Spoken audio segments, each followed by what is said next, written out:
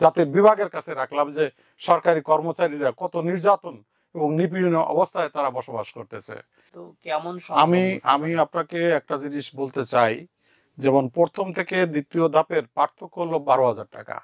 আর আমাদের সর্বনিম্ন যে কর্মচারী আছে তার বেতন হলো 8,250 টাকা। এই দ্রব্যমূল্য বাজারে 8,250 টাকার একজন কর্মচারী সর্বসাকুল্যে মিলে পায় 14 থেকে 15,000 টাকা। তার সংসার কি করে চলে?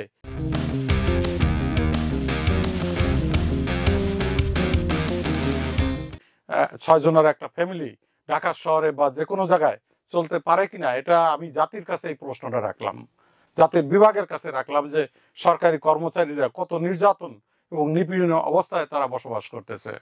এই অবস্থায় কোনোভাবে চলতে পারে না। পৃথিবীর সব দেশের চেয়ে বাংলাদেশের এই কর্মচারীদের 11 থেকে 20 গ্রেডের যে কর্মচারী আমরা আছি, তার ভিতরে আমরা গাড়ি চালকরা তো বেশি ক্ষতিগ্রস্ত, কিন্তু তার ভিতরে এই যে সর্বনিম্ন বেতনে এই দ্রব্যমূল্যের বাজারে কোনোভাবে আমাদের চলা সম্ভব হচ্ছে না।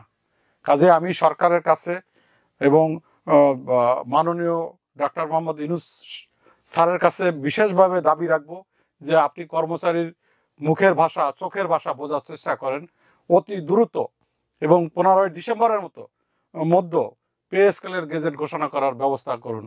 এই আহ্বান আমি রাখছি সারা বাংলাদেশের সকল গাড়ি চালকের পক্ষ থেকে।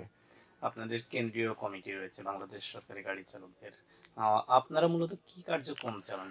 আমরা বাংলাদেশ সরকারি গাড়ি চালক সমিতি, কেন্দ্রীয় কমিটি, বাংলাদেশের সকল গাড়ি চালক, যেমন স্বায়ত্তশাসিত, আধা সরকারি, তারপরে কর্পোরেশন, সরকারি, সকল গাড়ি চালকদের জীবনযাত্রার মান উন্নয়নে সর্বক্ষণ এরা কাজ করে যাচ্ছে। আপনি হয়তো জানলেও অবাক হবেন, আমি গতকালকে রাত 2টার পরে ঘুমাইছি। সারা বাংলাদেশের বিভিন্ন গাড়ি চালকের এই সমস্যা, ওর ওই সমস্যা, এর বিভিন্ন সমস্যা নিয়ে, আবার এই মহাসমাবেশ নিয়ে বিভিন্ন জায়গায় সারা বাংলাদেশে আমাদের প্রত্যেকটা জেলায় আমাদের শাখা কমিটি আছে।